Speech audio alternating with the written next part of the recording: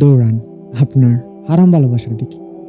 যতটুকু দৌড়াতে পারেন, পরিশেষে আপনি আল্লাহর অসন্তুষ্টি ছাড়া আর কিছুই পাবেন না।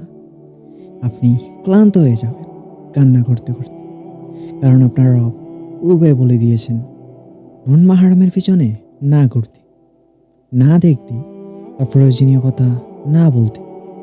মনে রাখবেন, আল্লাহ যাকে আপনার জন্য বানিয়েছেন তিনি রব, তাকে যে কোনো মূল্যে আপনাকে দান করবেন।